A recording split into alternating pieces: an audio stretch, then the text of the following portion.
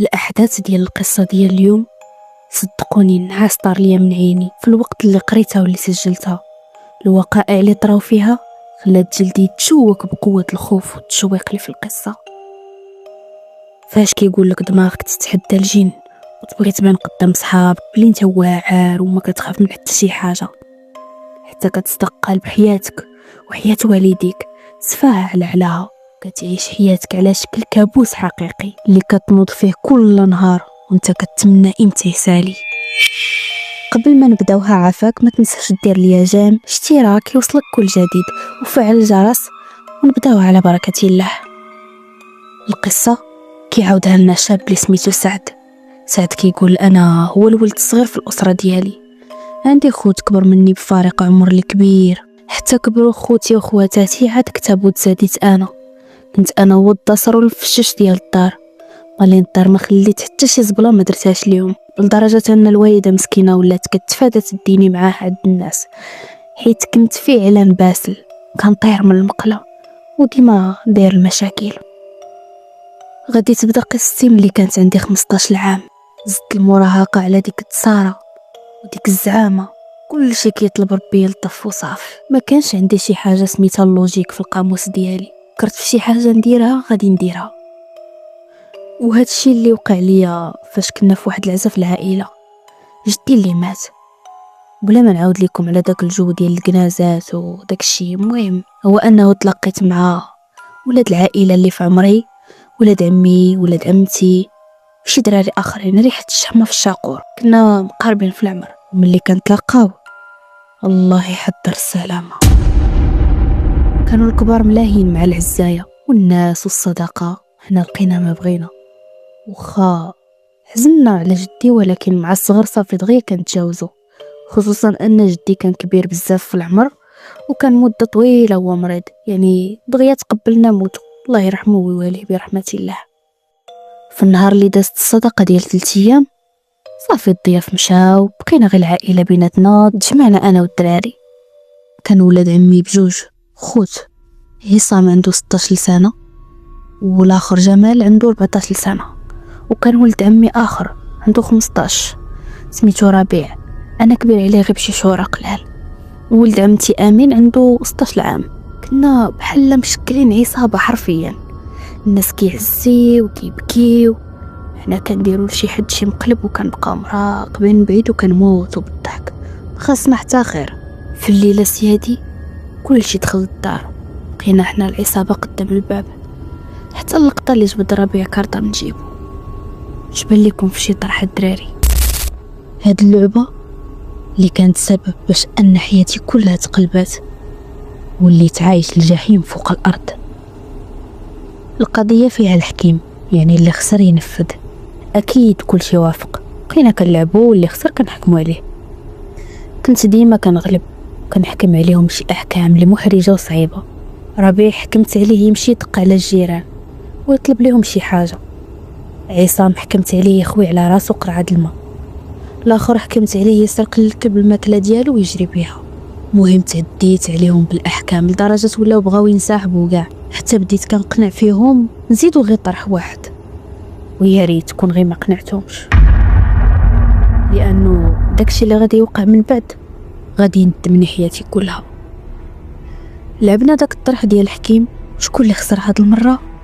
كان انا اللي خسرت، وما نقول لكمش على فرحه فرحوها، وهما باغيين غير ينتقموا مني على اللي دوزت عليهم، كيفكروا في شي حكمه اللي تخليني نديرها في حوايجي من الخوف، ولا شي حاجه اللي تخليني نموت من الاحراج. انا اللي كنتسنى يحكموا عليا، قلت لهم يلا فكروا مزيان، انا ما كنخاف من حتى حاجه كيف ما كانت. امين اللي قال لي خاص نعيشوك في شي فيلم ديال الرعب، في شي دار مهجوره ولا شي لعبه ما نعرف. فكروا الدراري فكروا. انا اللي بقيت كنضحك بسخريه على فكره انهم بغاو يحكموا عليا ندخل شي بلاصه مظلمه ولا مهجوره، سدوا عليا فيها. قلت لهم واش باغيين تخلعوني بالجنون؟ انا راه الجنون يخافوا مني، انا كنضحك وغافل على شنو كيتسناني، حيت عقل الصغر ما كيستوعبش شي حوايج. بقينا جابدين قصص الجنون في داك الليل، هذا مسكون، ديك الدار كتخلع وديك الخلا فيها كذا وكذا، حتى ضحك ولد عمي عصام واحد الضحكه، هو يقول الدراري طوالت لي في سطح صحابي، اقسم بالله لحد الساعه ما كنحملش ندخليها، كتخلع صاحبي. جاوبته بواحد الثقه في النفس، قد هكا وباقي كتخاف صاحبي؟ قال لي انت ديما دافع الجبهه وداير لينا فيها زعما راني ما كنخافش ونسدو عليك فيها والله حتى تبول في حوايجك. رابع اللي قال لنا ايوا صافي لقينا الحكمه على هذا الحساب، غادي نطلعوا للطواليت السطح ونسدو عليه فيها شي 5 دقائق في الظلام. بقيت كنضحك، قلت لهم نديرها ونفوتها ليك الجهه حتى الجنون نحضرهم لك الا بغيتي. جمال اللي سولني كي دير تحضرهم زعما؟ قلت لي ساهله، مقراش ديال الماء سخون في القادوس نسلق باباهم. وبديت كنضحك. كي قلت لكم في الاول انا كنت من النوع اللي داصر بزاف وكنبغي نعياق، يعني كنبغي نبان وديما عزيز عليا التحدي وراسي قاصح. امين اللي قال لي تقدر على هضرتك، الا سميتك راجل ديرها. انا اللي تحديته قلت له والله حتى نديرها. هما اللي شافوه بعضهم واحد الشوفه ما فهمتهاش، ولكن حسيت براسي زعما راني سكتهم وحتى واحد فيهم ما يقدر يكون بحالي. اش غادي نقول لكم، قصتي يلا غادي تبدا. مشينا كنكل شي ناس مع العيا ديال هاد الايام والعزا من غير العصابه ديالنا اللي مازال سهرانين. مشينا هزينا المقراج مرناه بالما درناه في البوطه، هادشي راه بالسكات والحس ما كنديروهش حتى سخن ولا كيغلي. هزيناه بدينا طالعين في الدروج بالسكات وحنا كنتغامزوا وحابسين الضحك. انا لحد الساعه ما مستوعبش خطوره الموقف ولا شنو كنتحدى ولا شنو راني كندير. لحد الساعه ها ملي غير نبان باللي ما كنخافش وحتى حاجه ما كتخلعني وما عارف حتى فين باغي نحط راسي. ما خممتش في المره. طلعنا في الدروج باش نشرح لكم دار جدي كي كانت دار عاديه تقليديه من الديور اللي قدام في حي شعبي، فيه زناقي ما مرتبينش، زنقه تخرج، زنقه واسعه، زنقه ضيقه، شي بقع باقيين ما مبنيين. الدار فيها 2 طوابق والسطح النص ديالو مبني والنص ديالو خاص بالنشير ومنه للسما. داك السطح فيه بيت كبير مديور غير الخزين والباكاج وداكشي اللي ما كيتستعملش وماكينه الصابون، ومقابله معاه طواليت بلديه متوسطه بنيه غير بالسيمه قليل اللي كيدخل ليها، غير الا كانوا في السطح ولا بغاو يصبنوا الماء كيعمروا منها ولا كيستعملوها. فيها باب ديال الخشب كله مقشر وقديم شويه. طلعنا وبقينا كنضحكوا وكنحاولوا ما نضحكوش بالجهد باش ما نفيقوش مالين الدار. وشي كيدفع شي لديك الطواليت اعزكم الله وحابسين الضحك. راكم عارفين ديك البساله. عطاوني المقراج ديال الماء قالوا لي يلا الا سميناك راجل ديرها. انا اللي قلت لهم راجل ونص وانتم غتشوفوا. دخلت ضوينا بواحد البيل، هما واقفين مورايا وانا بدون تفكير خويت الماء طايب في القادوس ديال الطواليت لدرجه داك البخار ديال المقراج حرقني في يدي شويه، وبدلت اليد وكملت حتى خويته كامل. وكنت عارفه اش كان كيتسناني من هاد الليله، عمرني كنت نفكر ندير. كملت داك المقراج في الطواليت، جيت ندور نشوف ولاد عمامي بانوا ليا كيسدوا عليا في الباب. بقيت كندق يحلوا عليا ولكن بقيت كنسمع غير في النفس ديالهم والضحك ديالهم برا. عرفت بلي سدوا عليا بالساقطه. ما بغيتش ندق بالجهد نفيق العائله حيت كيف ما كان الحال غادي يجمعونا كاملين. اللهم سكت حتى يحلوا ليا. بقيت ساقر في ديك الطواليت كنسمعهم شويه بشويه حتى تقطع حسهم في مره. ما تقولش لي نزلوا خلاوني. في ديك اللحظه حسيت بنفسي ضياق، خاطري تزير، كنحاول نتنفس، كنحس بحال شي حجره متقله ليا على صدري. بقيت كندق في الباب زعما الا كانوا باقيين يحلوا ليا حيت زادوا فيه، ولكن والو ما سمعت حتى صوت من برا. وسمعت صوت من الداخل معايا في نفس المكان. تخيلوا معايا المنظر. ولد 15 سنه مسدود عليه في الطواليت فوق السطح في الظلام والسكات، ومن فوق هادشي كامل خاوي مقراج ديال الماء سخون في القادوس. وسمعت صوت شي حاجه تحركات حدايا في الطواليت. تفكر وتحاول تستوعب حتى تعيا وما يمكنش تخيل داك الاحساس. راه شعري كنت كنحس به واقف بالخلعه، بديت كندق بالجهد باش يحلوا عليا ولكن والو، وحسهم تقطع. حبست من الدقان وانا نسمع شي حاجه بحال شي حد كيتنفس. كنركز واش الصوت من برا، راه شعري كنت كنحس به واقف بالخلعه فعليا. بديت كندق بالجهد باش يحلوا عليا ولكن والو، حسهم تقطع. حبست من الدقان وانا نسمع بحال شي حاجه، بحال شي حد كيتنفس. كنركز واش الصوت من برا الطواليت ولا من الداخل، حيت الظلام والباب مسدود عليا ما فاهم حتى شي حاجه.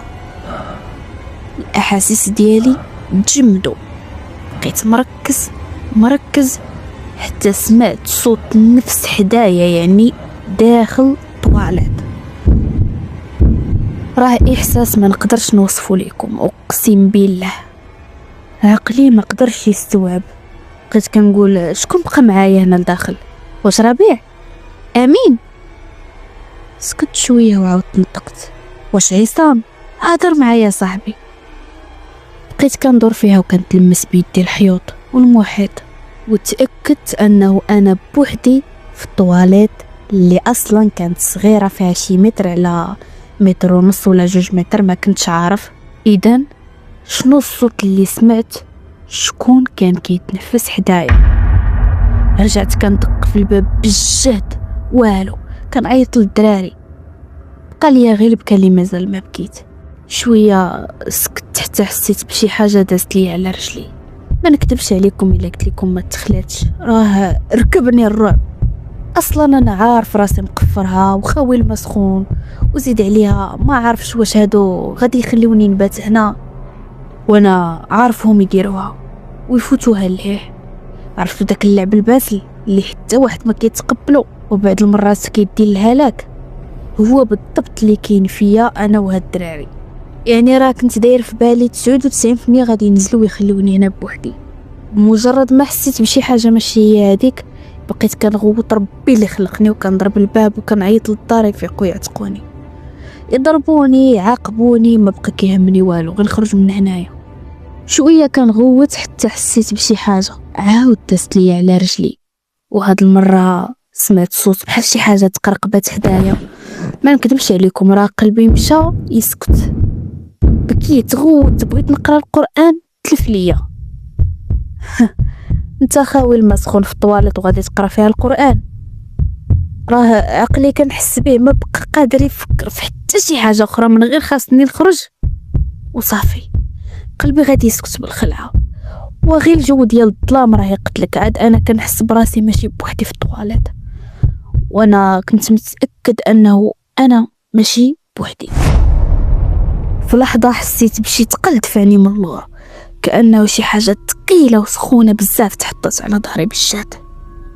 وكانت هذيك هي اخر حاجه عاقل عليها في ديك الليله المشؤومه.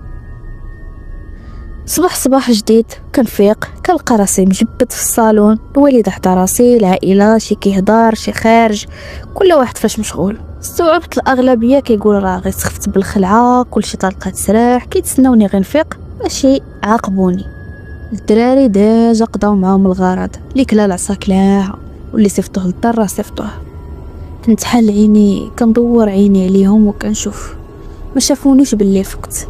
بغيت نعيط الوالده تشوف فيا، ما قدرتش نهضر. كنقول ياك ما راني باقي ناعس غير كنحلم. كنحاول نحرك يدي رجلي صبعي، حتى حاجه ما بغات تحرك فيا حرفيا. للحظه قلت يمكن راني شدني بغطاط، راني غير كنحلم. تحطمت الوالده هاد الفرضيه من بعد ما شافتني حال عيني وهي تقول لي مسخوط فقتي. عيني شافوا فيها مباشره، ولكن لساني راه اش غادي نقول لكم. ديك اللحظه كنحاول نستوعب، راه عقلي حسيت به وقف. الحاجه الوحيده اللي تكلمات قبل من لساني هي دمعه سخونه نزلت كتجري من عيني.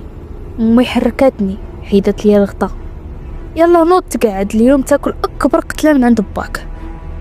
عيني تبعوها وكيشوفوا فيها، كانني كنقول لها امي اتقيني امي. عتقيني امي راه ما قادرش نتحرك. فجأة دموعي تزلعوا وحده مورا الاخرى بواحد الطريقه كتقطع القلب. الدمعه ما قدرتش نفسرها حيت عندها بزاف د المعاني. الوالده الشوفه ديالي جاتها غريبه، بقات واقفه مصدومه، شويه بدات كتحرك ليا رجليا، عيني كيشوفوا فيها ولكن الجسد ديالي ما كيتجاوبش معاها. هنا غوتات ربي اللي خلقها وهي كتعيط ليا بسميتي، كتعيط للوالد اللي كان سميتو رشيد، كتعيط وتغوت وتندب، تجمعوا عليها العائله وما فاهمين والو، كيحسب ليهم مت ولا شي حاجه. شي شد الوالده اللي سميتها يامنه وشي جا عندي كيحركوني ويشوفوا واش واقع فيا. داك النهار عمرني ننساه صراحه. هنا بداو كيستوعبوا بلي انا وليت مشلول.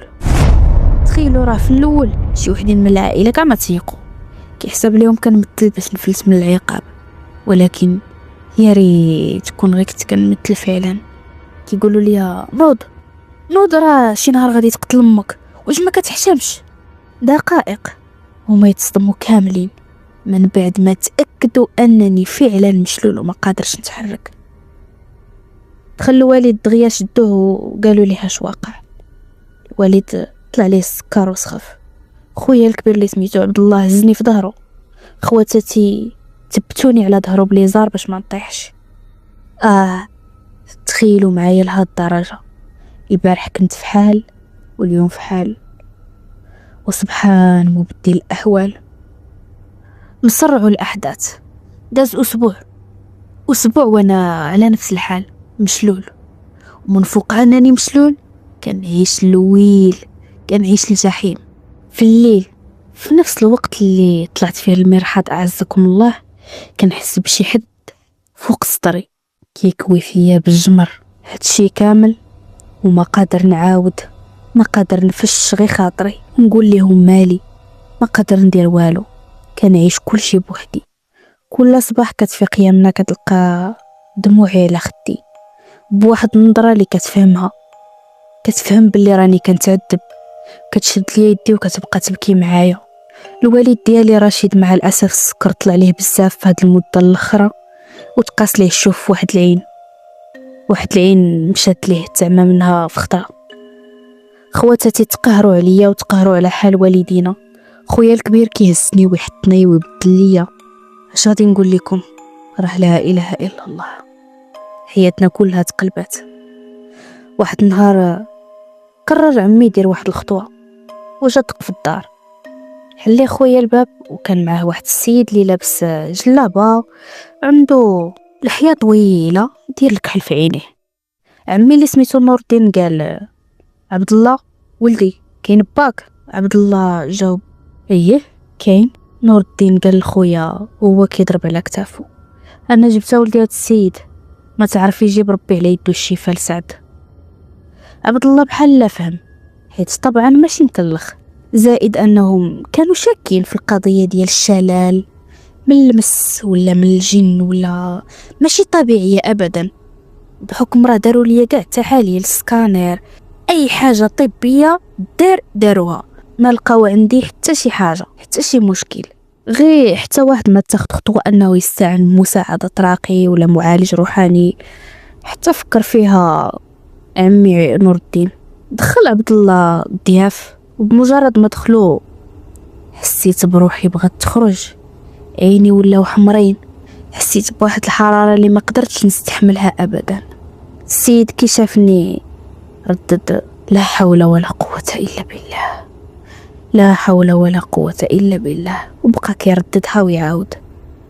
عمرني تحركت، مجرد ما شفتو بديت كنفركل كنعض الغطاء.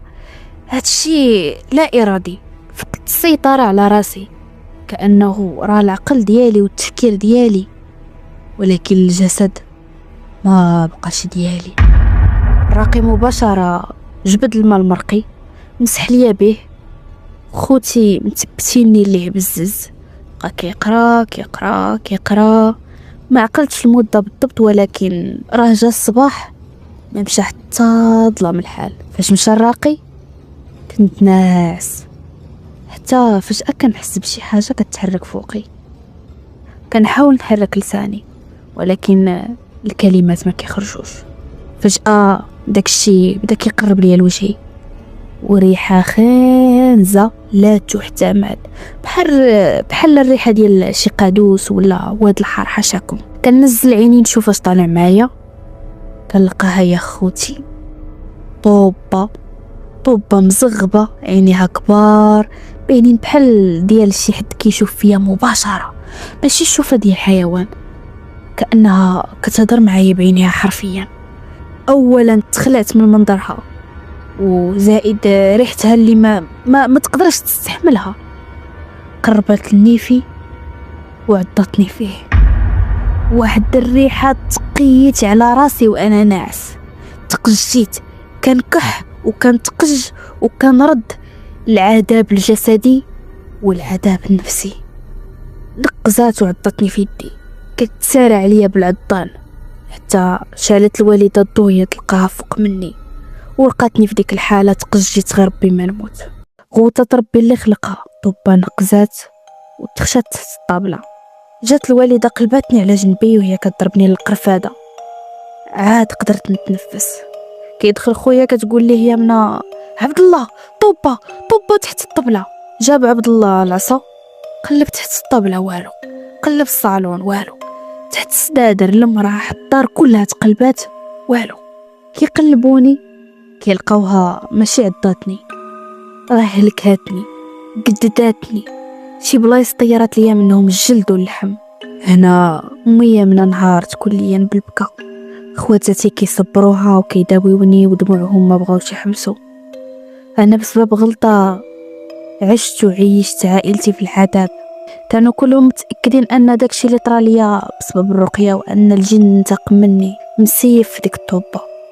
الغد الصباح الراقي جا وهنا طلب منه الوالد طلب وطاح عند رجليه. عافاك الله يرحم لك الوالدين، نعطيك اللي بغيتي، ما اكلتك وشرابك في هاد الدار ما تضرب حساب حتى شي حاجه، غير بقى معنا في الدار وما تخرج حتى يتشافى هاد الولد. وداك الراقي كان ونعم الرجل، ماشي من داك النوع اللي كيتاجر في الدين ولا في القران. قال رشيد الرحمة الوالدين وبركه قليله باش مسخاكم الله بركه. الولد غنحسبو ولدي ولو كاع بدون مقابل، صافي يكون هاني الحاج. ودابا انا اللي كنعاود هاد القصه، راني قادر نهدر وقادر نكتب، ولكن مازال كندير الترويض على رجلي مره. المده اللي بقيت فيها مشلول كليا هي شهرين، وهاد المده نادرا ما كان الراقي عيسى كيمشي لدارو. قدرت نهدر من بعدها. علمني عيسى كيفاش نرقي راسي براسي، الاذكار ديال التحصيل اليوميه بحال الجرعه ديال الدواء. الا غفلت نرجعوا لنقطه الصفر. شويه بديت كنوض، رجعت لحياتي تدريجيا. من بعد عام بقى عندي مشكل واحد في المشيه، وواحد العصبه تصلبت ليا في واحد الرجل، يعني عاهه مستديمه، كنعرج. حاليا راني كنصلي، كندير الاذكار ديالي، كندير رقيه لراسي وللدار كل نهار. دار جدي مشيت ليها مره واحده مورا الواقعه. ولاد عمامي ما نكذبش عليكم كرهتهم وما بقيتش حاملهم. انا مسامحهم، ولكن كيبقاو فين ما كنشوفهم كنتفكر المأساة اللي عشتها والحرب اللي عشتها بسببهم. لعب البراش، انا برهوش صدقوهم اكثر مني. ما نقدرش نهضر معاهم ولا نجمع معاهم، وخدت 4 سنين على الواقعه، ولكن انا لحد الساعه كنعاني في صحتي بلا الاثار ديال الجروح اللي في لحمي. كيخلوني كل نهار فين ما بدلت حوايجي نتفكر انني خويت الماء في الطواليت. نهار عاودت الحكايه ديالي في واحد الموقع من مواقع التواصل، كلشي قال لي احمد الله ديك الفعله اللي درتي كاين اللي مات بها. وتعاليق كتار كيقولوا لي عاد راه انت ما وقع ليك والو، راه كاين اللي دارو تحرقات، كاين اللي تسلقوا ليه ولادو، كاين اللي ماتوا ليه ولادو. وعاودوا لي حالات اللي لحظه خلاوني نحس بلي راني فعلا محظوظه، ان صحتي رجعت ليا، ولكن راه ما بقيتش كنفوت الصلاه ابدا والاذكار اليوميه ديالي. الحمد لله على كل حال. كنتمنى ان القصه تكون نالت الاعجاب ديالكم. الى عجبكم المحتوى دعموني، واللي عنده شي قصه عاشها ولا سمع بها يتواصل معايا. دمتم في رعاية الله وحفظه.